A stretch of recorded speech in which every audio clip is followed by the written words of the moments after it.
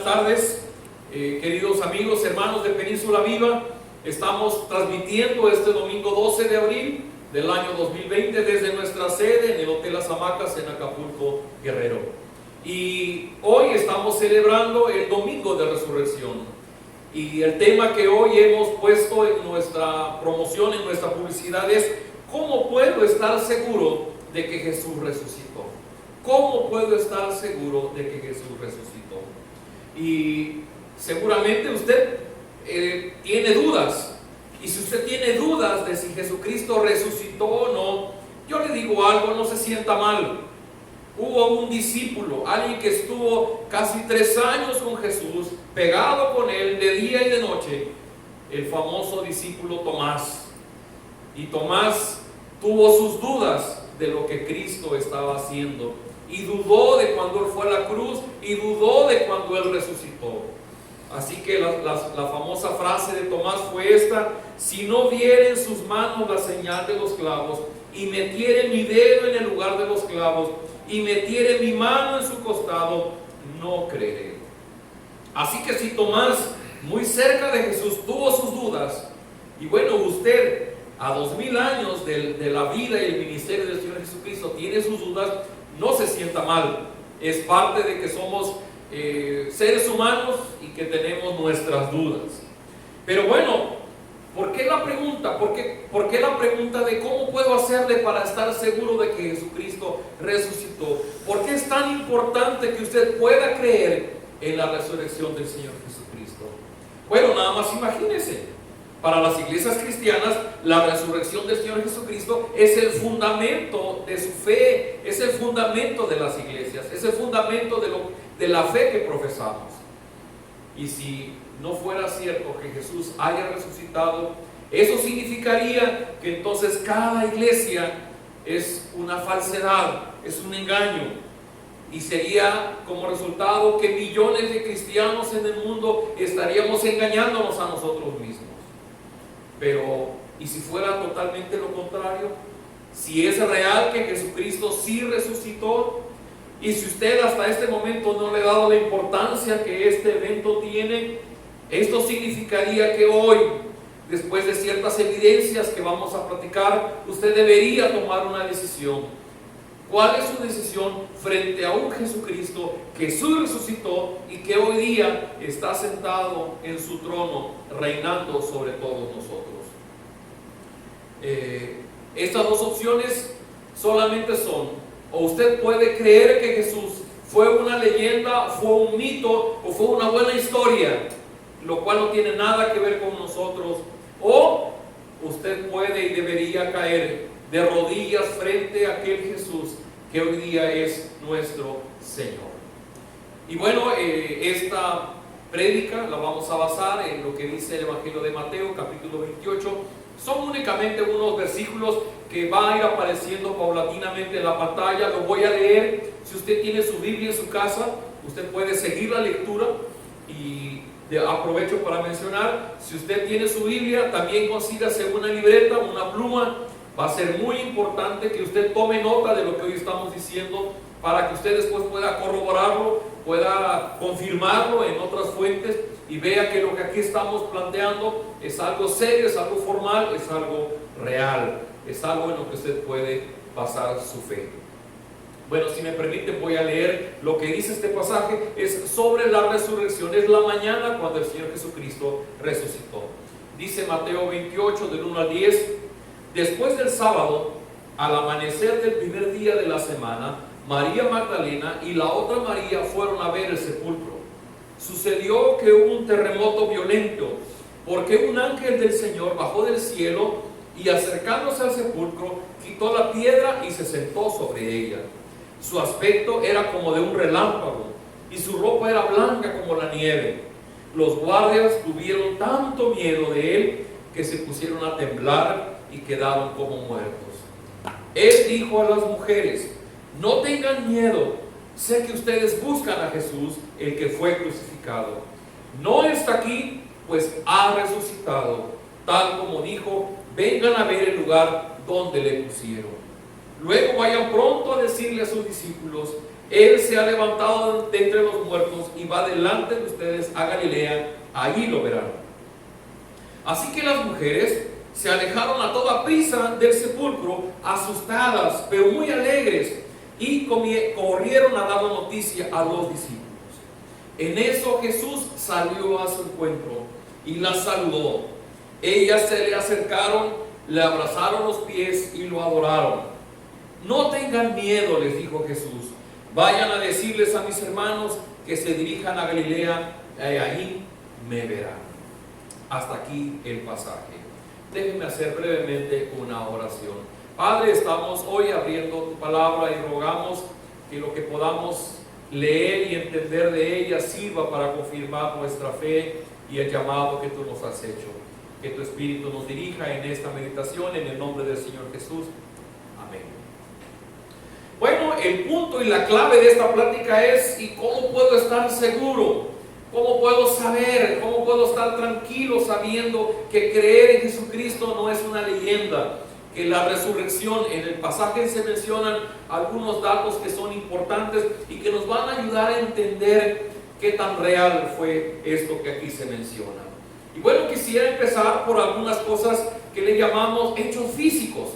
Es decir, son cosas que ahí estuvieron en la escena y que no las podemos refutar porque son parte simplemente de la historia, son parte de la historia de un imperio como fue el romano, parte de la historia de un pueblo judío, aunque no creyeron en Jesús, y son parte de la narración bíblica. Y déjenme mencionar solamente algunos aspectos. Número uno, la Biblia menciona que Jesucristo fue llevado después de ser bajado de la cruz a una tumba. Esta tumba era de José de Arimatea y era una tumba nueva, pero resulta que en esos tiempos la tumba realmente era una gran roca y cavaban una caverna en el interior de la roca. Pero realmente la tumba era una roca sólida sobre la que se había excavado para poder hacer un espacio donde se ponía el cuerpo del que había fallecido. Y la entrada a la roca medía únicamente, probablemente entre 1,20 y 1,50 de altura. Era una entrada muy, muy pequeña. Y esto nos habla de la seguridad, es decir, no era un lugar, algunos dicen que Jesucristo se despertó y se escapó. Bueno, no era un lugar del que Jesús podía escapar fácilmente, porque solamente tenía una entrada, una salida, y es donde Jesús estaba sepultado.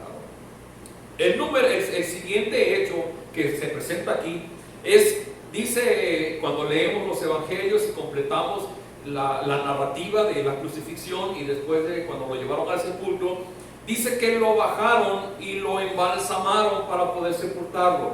Era costumbre en aquellos tiempos, en base a lienzos de tela, envolver el cuerpo de tal manera que la persona, el que había fallecido, quedaba sujeta de pies a cabeza. Esa mortaja era una cantidad de tela y una cantidad de balsámicos que ponían en él y de especies aromáticas, y se dice que esa mortaja pesaba hasta 45 kilos, es decir, era algo que se le ponía al cuerpo del difunto y era lo que realmente lo sujetaba. Y por aquellos que decían que Jesús no había muerto en la cruz, que solamente se había desmayado, bueno, el que una persona estuviera tantas horas amortajado sin poder respirar, seguramente que si no había muerto en la cruz iba a morir cuando estuviera ya con la mortaja encima. Otra de las situaciones es que simplemente la piedra que se puso para tapar el acceso a la tumba es una piedra que, pues haciendo un cálculo aproximado, se ha dicho que debería de haber pesado entre 1,5 toneladas y 2 toneladas. Era una masa, una piedra que era imposible que una persona sola pudiera mover. Se necesitarían varias personas. Otro hecho que está ahí presente es que los judíos, cuando sepultaron a Jesús, fueron con el emperador y le dijeron: oye, es que Jesús dijo que a lo mejor resucitaría el tercer día, ¿por qué no le mandamos una guardia de soldados? Y entonces mandan una guardia de soldados. En esos tiempos el imperio trabajaba de esta manera: una guardia eran 16 soldados que se turnaban 4 soldados cada 4 horas. Entonces Eso daba oportunidad de que los soldados estuvieran bien despiertos, que no es que se hubieran quedado dormidos, porque cada 4 horas eran turnados. Y déjenme decir que eran soldados romanos.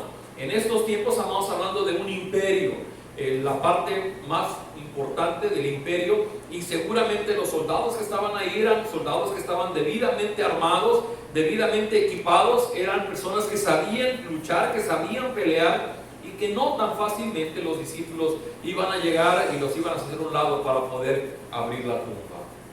Un evento más es el sello del imperio.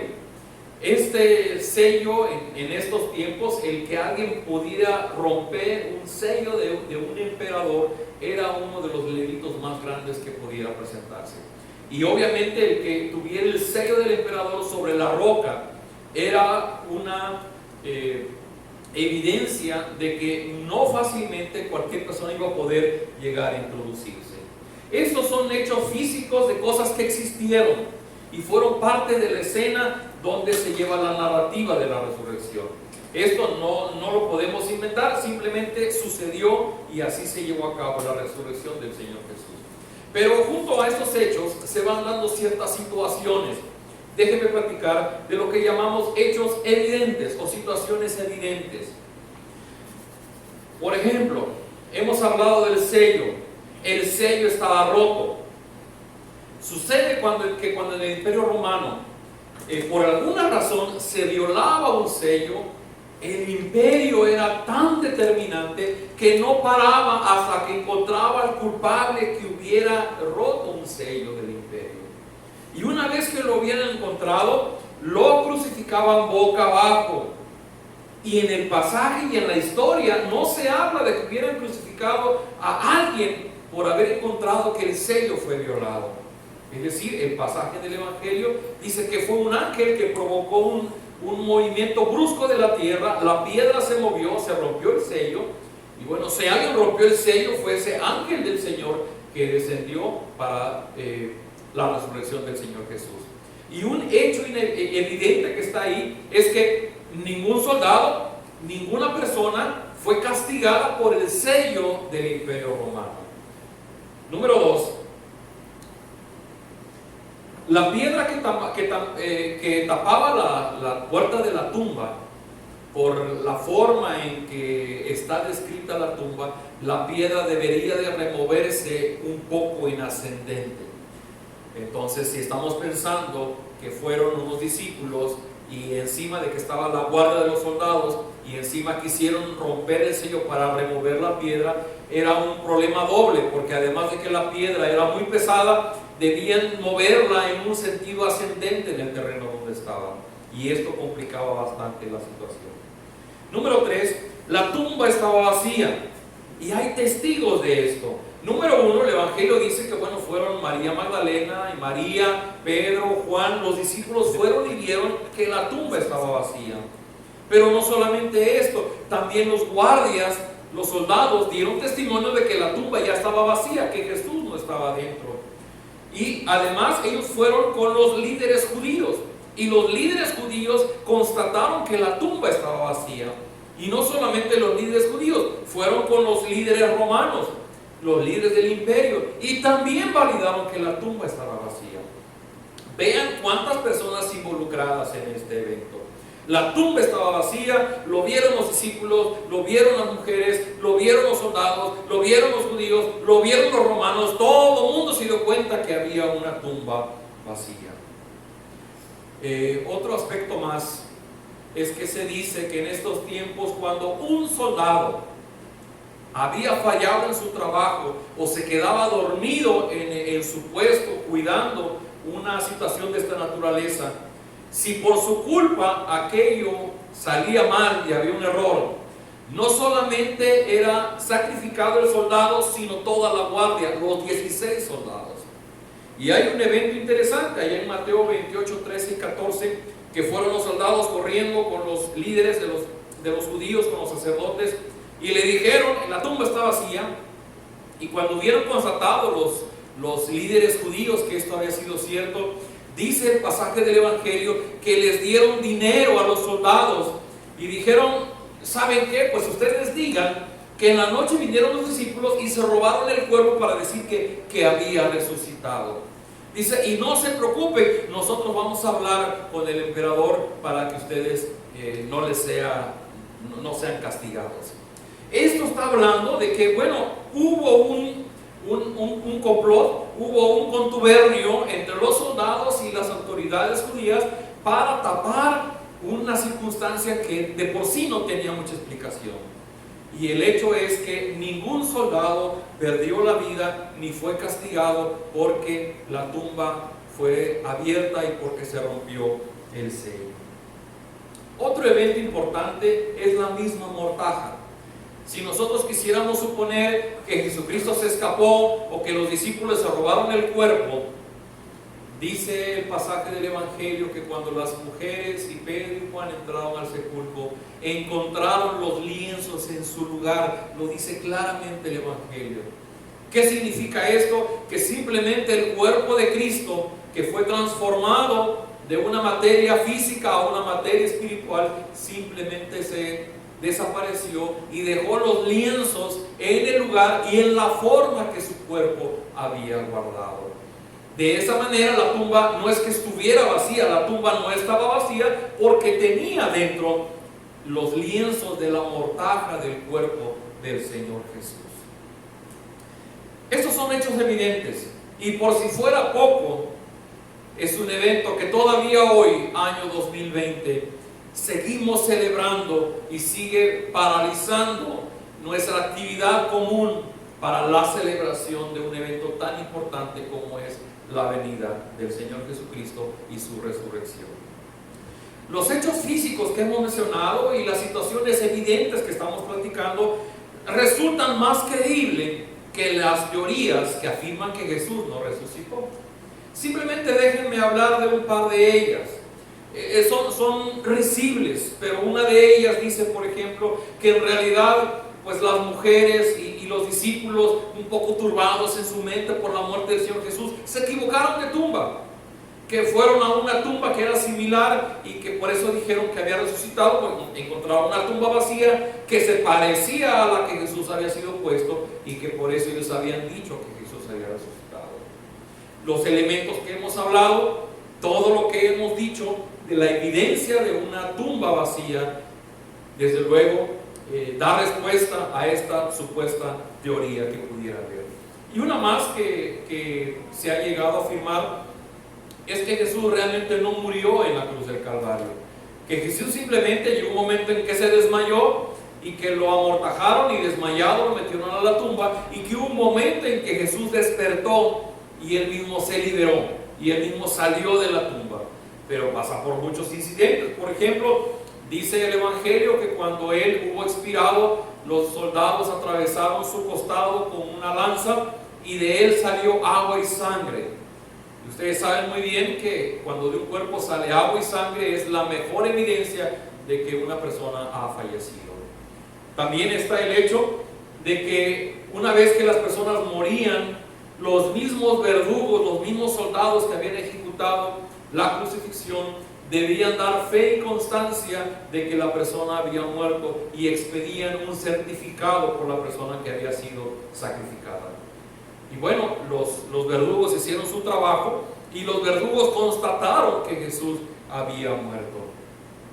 Y hoy dijimos hace un momento, si Jesús simplemente hubiera sido llevado desmayado al interior de la tumba, bueno, con la mortaja que llevaba encima y con el amarre que tenía de más de 45 kilos, eso hubiera impedido que Jesús pudiera haber respirado en el lapso en que él estuvo dentro de la tumba. Todo esto, la tumba en una roca sólida, la piedra de un gran peso, el sello del imperio, la guardia de los soldados, la mortaja que Jesús llevaba encima, todo esto es la evidencia real de que Jesús resucitó. Y estamos hablando de cuestiones físicas y materiales y situaciones que se presentaron. Pero ahora quiero avanzar a una segunda parte que desde el punto de vista bíblico es lo que realmente es la evidencia de la resurrección del Señor Jesucristo. Y vamos a hablar de los testigos.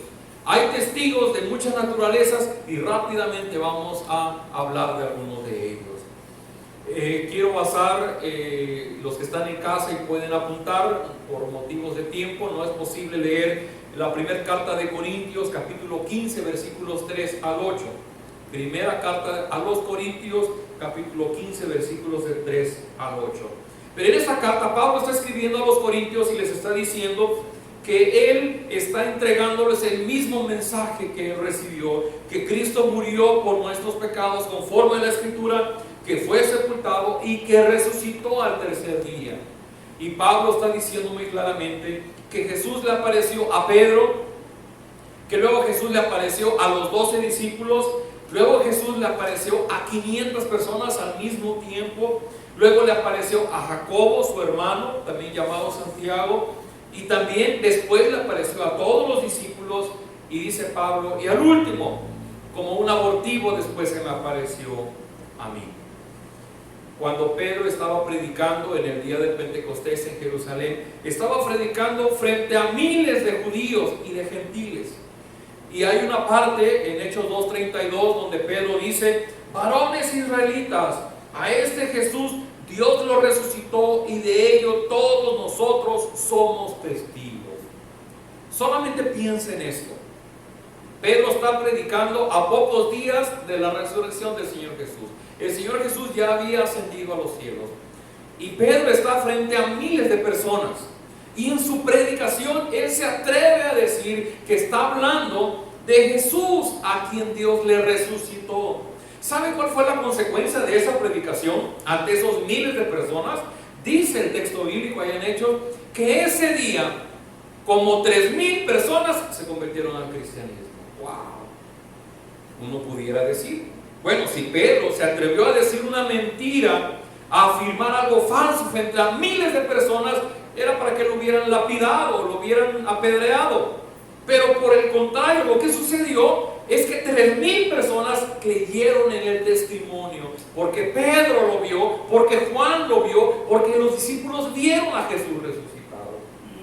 En otro evento posterior, allá en Hechos 13, se narra que Pedro junto con Bernabé fueron a Antioquía y Pablo estaba predicando. Y en su predicación Pablo dijo: Jesús se apareció durante muchos días a quienes le seguían y ahora esas personas son testigos suyos. Pablo estaba predicando frente a muchas personas y se atreve a afirmar otra vez que Jesús se había aparecido ante muchas personas.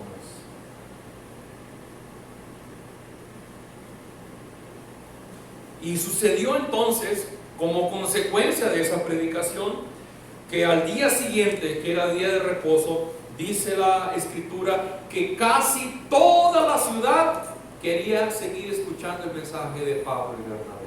Imagínense, casi toda la ciudad quería seguir escuchando el mensaje de Pablo y Bernabé, porque Pablo y Bernabé estaban predicando de un Jesús resucitado.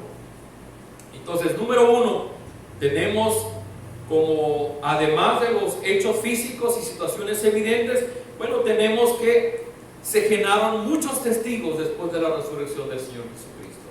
Pero hay una parte importante: vienen los incrédulos convertidos, y cuando menos vamos a mencionar a 2 de ellos que son muy característicos en la Biblia. Número 1 fue Jacobo, también llamado Santiago, el hermano de Jesús. Si ustedes tienen tiempo, pueden buscar en el Evangelio de Juan, capítulo 7, versículo 5, Juan 7:5. Y es un pasaje en donde Juan, cuando está escribiendo su Evangelio, anota y lo dice claramente, que sus hermanos no creían en Jesús. Bueno, Santiago era un hermano de Jesús y no creía en él. Tiempo después, cuando Pablo escribe su carta a los Corintios, dice que Jesús se apareció a Jacobo, a su hermano. Y podemos ver en la historia bíblica, en la historia de la iglesia primitiva, que Jacobo llegó a ser un fervoroso creyente en el Señor Jesucristo, al punto que llegó a ser un líder en la iglesia de Jerusalén. Y cosa importante, también se le atribuye a Santiago que él fue el que escribió la epístola que lleva su nombre. Tenemos el caso entonces de personas que no creían en Jesús Y después de su resurrección, Jesús les aparece y ellos empiezan a creer en Jesús. Y el mejor de todos los casos, el que se lleva todas las palmas, ese Saulo de Tarso. Se narra su conversión allá en Hechos capítulo 9.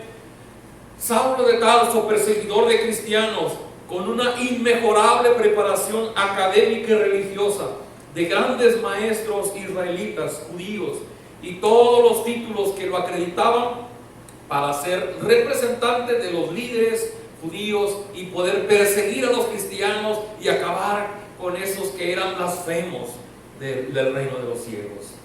Sin embargo, allá en Hechos capítulo 9 narra el pasaje bíblico que Jesús se presentó cuando Pablo viajaba a Damasco y lo dejó ciego. Y en una entrevista personal que tiene, el Señor Jesús se presenta a Pablo. Por eso dice Pablo que Jesús se le presentó a él. Y la consecuencia de este encuentro es que Pablo se convirtió en el misionero más grande de todos los tiempos, el predicador más prolífico de todos los tiempos, y además es quien escribió la mayoría de las cartas que están contenidas en el Nuevo Testamento. Tenemos a dos personas que eran incrédulos, que no creían en Jesús, pero que después de un encuentro personal con Jesús llegaron a creer. Y solamente déjenme mencionar algo. En estos tiempos mucha gente llegó a creer en Jesucristo resucitado, y muchos se convirtieron al cristianismo. Y usted lo vamos a ver un poquito más adelante. Los primeros años de la vida de la iglesia cristiana en Jerusalén y sus alrededores fueron tiempos muy difíciles. Particularmente el emperador Nerón, por allá por el año 64, desató una fuerte persecución contra los cristianos. Y fue el famosísimo Nerón que llevaba a los cristianos a los espectáculos de los romanos, donde soltaban a las fieras y a los leones, y a los cristianos les pedían que si negaban su fe, ellos iban a ser librados de los leones, pero que si no negaban su fe en Jesucristo, iban a ser devorados por los leones. Y por lo que narra la historia, fueron cientos de personas que fueron devorados por esos animales porque no pudieron negar que ellos habían sido testigos de un Jesucristo resucitado. Tenemos entonces testigos que vieron a Jesús, tenemos incrédulos que llegaron a ser convertidos, y tenemos una parte que a mí siempre me hace un nudo en la garganta cuando hablamos de los discípulos que terminaron como mártires de lo mismo que ellos predicaban. Todos los discípulos de Jesucristo murieron de una manera trágica. No hay tiempo para que yo mencione a todos, solamente voy a mencionar algunos de estos casos. Santiago, otro de los apóstoles del Señor Jesús, era hermano del apóstol Juan, fue pescador y predicó en Jerusalén y en Judea. Y Santiago, el hijo de Zebedeo, hermano de Juan, llegó a ser el primer mártir que hubo, y él fue decapitado por Herodes. Un segundo mártir, Andrés, que es hermano de Pedro. De acuerdo con la tradición, Andrés fue misionero y murió en Acaya, en Grecia. Cuando la esposa del gobernador fue sanada, se convirtió a la fe cristiana. Y poco tiempo después, el hermano del gobernador también se convirtió a la fe cristiana. Así que en ese tiempo el gobernador se enojó mucho y arrestó a Andrés y lo condenó a morir en la cruz. Andrés, sintiéndose indigno de ser crucificado, de la misma forma que fue crucificado su maestro, pidió que fuera sacrificado de manera diferente.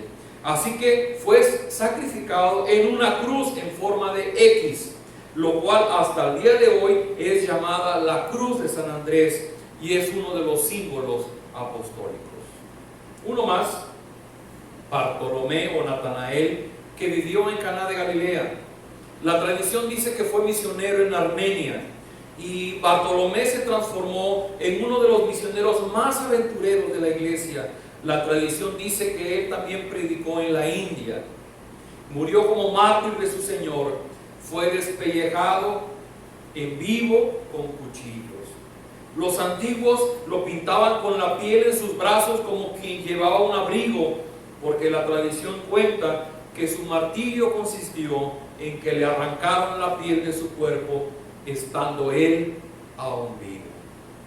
Y un último que les menciono, precisamente Jacobo, el hermano de Jesús, y que es el autor de la carta que lleva su nombre como Santiago.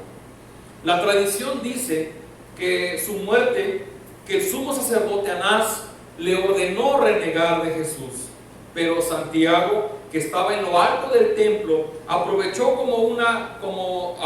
la concurrencia presente para predicar de Jesucristo. Al escuchar, los fariseos y los escribas se enojaron tanto que uno de ellos empujó a Santiago desde donde estaba. Y Santiago cayó a una parte baja. Sin embargo, Santiago no murió del golpe, sino que fue apedreado mientras rogaba a Dios de rodillas por sus asesinos. Como tardaba en morir, fue golpeado en la cabeza con una masa de madera. Y si usted tiene curiosidad, hay mucha información al respecto. Usted se puede meter en internet y buscar sobre la muerte de los discípulos del Señor Jesucristo. Y es claro que fueron hombres que vieron a un Jesús resucitado y estuvieron dispuestos a morir por la verdad de la resurrección del Señor Jesucristo. Y por último quiero mencionar algo. ¿Qué otra evidencia tenemos hoy día de que esto es cierto? De que hubo un Jesús resucitado que hoy es Señor. Dice en la primera carta que escribe Pablo a los Corintios, capítulo 15, versículo 14: y si Cristo no resucitó, vana es entonces nuestra predicación, vana es también nuestra fe. El cristianismo tiene su base, tiene su fundamento en la resurrección del Señor Jesucristo. Pero mire esto que encontré. Le mencionaba que el emperador Nerón, por el año 64, empezó una persecución muy intensa contra la iglesia cristiana. Y lo que me encontré es que durante casi 300 años, el inicio de la iglesia cristiana, fueron 10 emperadores romanos que se dedicaron a perseguir y a exterminar sobre la faz de la tierra a la iglesia cristiana. ¿Quiénes fueron? Nerón, Domiciano, Trajano, Marco Aurelio, Septimio Severo, Maximiano, Decio, Valeriano, Aureliano y Diocleciano. Fueron 10 emperadores que durante casi 300 años usaron el poder del imperio romano para acabar con los cristianos. Fue hasta que Constantino I o Constantino el Grande en el año 313 hizo un edicto, el edicto de Milán, en el cual dio libertad de culto a los cristianos y cesó la persecución a ellos. Pero los 300 primeros años de la iglesia cristiana estuvieron marcados por persecución, por dolor y por sangre. Sin embargo, ni el odio ni el poder de 10 emperadores pudieron extinguir ni detener a la naciente iglesia del Señor Jesús. Y lo cierto es que hoy día el imperio romano ya no existe, pero la iglesia del Señor Jesucristo existe y sigue expandiéndose en todo el mundo. Queridos amigos, cada iglesia cristiana es la evidencia de la resurrección del Señor Jesucristo. Habrá personas que a lo mejor se molestan cuando escuchan cantos cristianos, oraciones cristianas, prédicas cristianas, pero todo eso, los cantos, las prédicas, las oraciones, todo es una evidencia de que existe un Cristo resucitado, que está sentado a la diestra del Padre y desde allá es Rey y Señor. Y de acuerdo a lo que dice la Biblia, un día regresará por su iglesia. Queridos amigos, Península Viva, esta congregación que Dios ha formado entre nosotros, es una evidencia de la resurrección del Señor Jesús. Él es su dueño, Él es su fundador y existe para decirle a todas las personas, a usted que nos está escuchando, que Jesús resucitó y que vive y que reina y que Jesús regresará por su iglesia. Porque Jesús resucitó, ahora nosotros podemos ser llamados hijos de Dios. Porque Jesús resucitó, tenemos una esperanza firme y gloriosa de una vida nueva en Jesucristo. Queridos amigos, porque Jesucristo resucitó, también nosotros resucitaremos con Él. Mencionaba en un principio Usted puede tener dudas de que Jesucristo resucitó. Le he hablado ligeramente, porque no hay mucho tiempo, de algunos hechos físicos y algunas situaciones evidentes que ayudan a que uno pueda entender de lo real que fue la resurrección del Señor Jesucristo. Y le he mencionado de los testigos que ha habido, desde los primeros que vieron físicamente al Señor Jesucristo, como aquellos que no creían en Él y llegaron a creer en Él, como aquellos discípulos que fueron martirizados, como le he hablado de los años de persecución a la iglesia y como hasta el día de hoy el cristianismo está en todo el mundo. Y todos los días domingos los cristianos y las iglesias nos reunimos en todo el mundo para adorar al Rey de Reyes y Señor de Señores. Querido amigo, si usted está escuchando esta plática y usted no ha definido su situación frente a Jesucristo resucitado, usted solamente puede hacer dos cosas: o seguir creyendo que esto es una fábula, un buen cuento, o que son mentiras. Y si usted puede creer que esto es cierto porque hay testigos y hay evidencias que así lo validan, usted tiene que tomar una decisión frente al Jesucristo resucitado.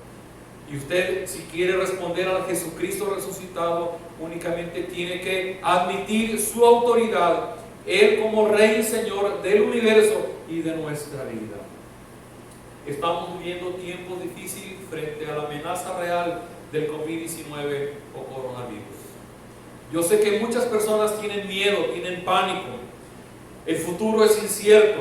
Ni la misma autoridad nos sabe decir cuándo entra fase 3, cuándo volveremos a trabajar, cuándo volveremos a las escuelas, cuándo podremos decir ya libramos esta situación.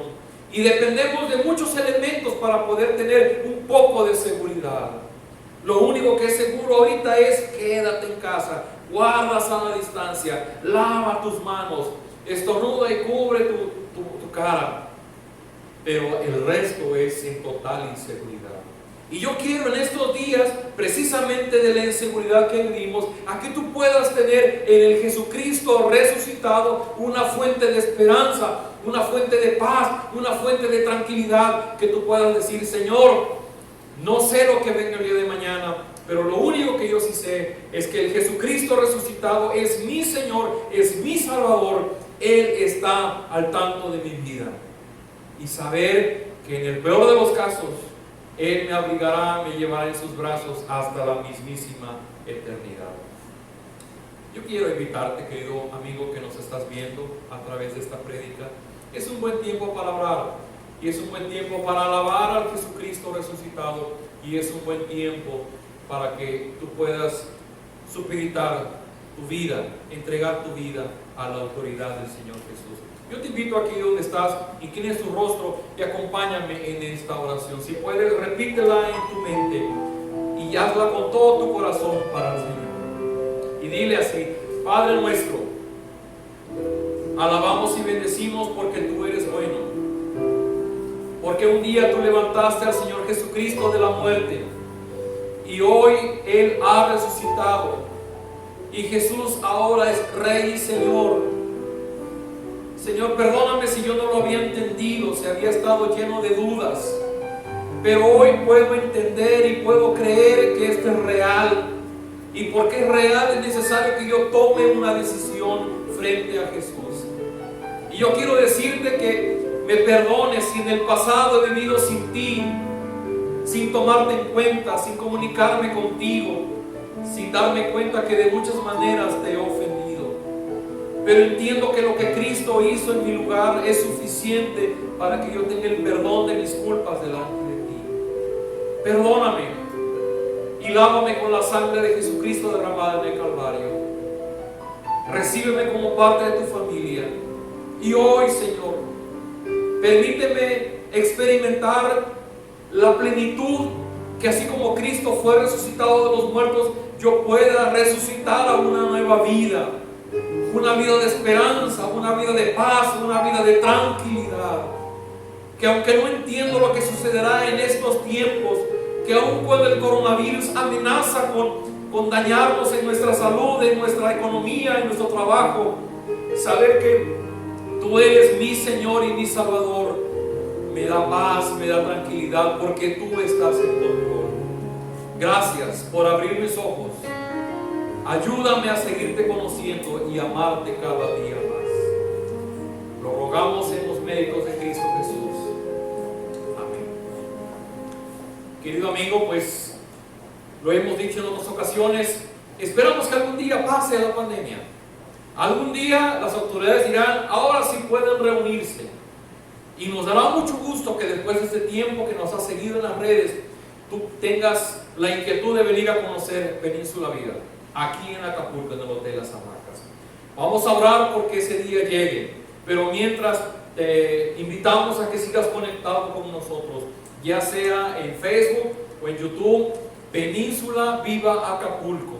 Y te pedimos, ve a la página de Facebook, ve a la página de YouTube y dale ahí suscribirte o dale un me gusta para que toda nuestra información te esté llegando de continuo. Queremos mantener el contacto contigo. Y si fuera necesario alguna oración en especial, alguna palabra especial para tu vida, puedes escribirnos vía inbox en la misma página. Revisamos eso cada momento, todos los días, y podemos estar en contacto contigo, te podemos dar nuestro número y podemos platicar por teléfono y podemos aconsejarte y llevarte de la mano para que tú sigas conociendo al Señor Jesús. Yo te invito, hay un canto hermoso que se llama Gracia Sublime y habla de este amor inmerecido que hemos recibido de parte de Dios. Vamos a pedirle a nuestro grupo de la alabanza que ellos sean los que nos lleven en este tiempo de adoración.